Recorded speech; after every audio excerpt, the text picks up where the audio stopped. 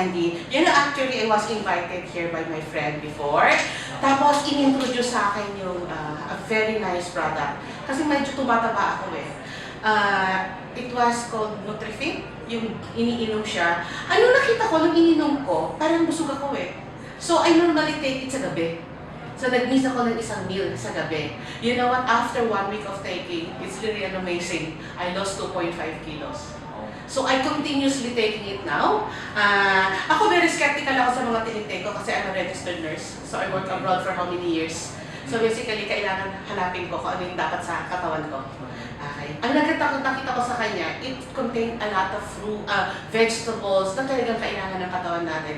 Full of nutrient. Ang maganda sa kanya, ilang calories lang.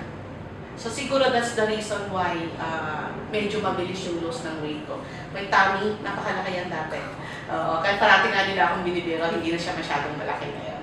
And really, I'm very, very thankful na in-introduce sa akin. At first, pinatry lang, dalawa, tapos then I continuously taking it.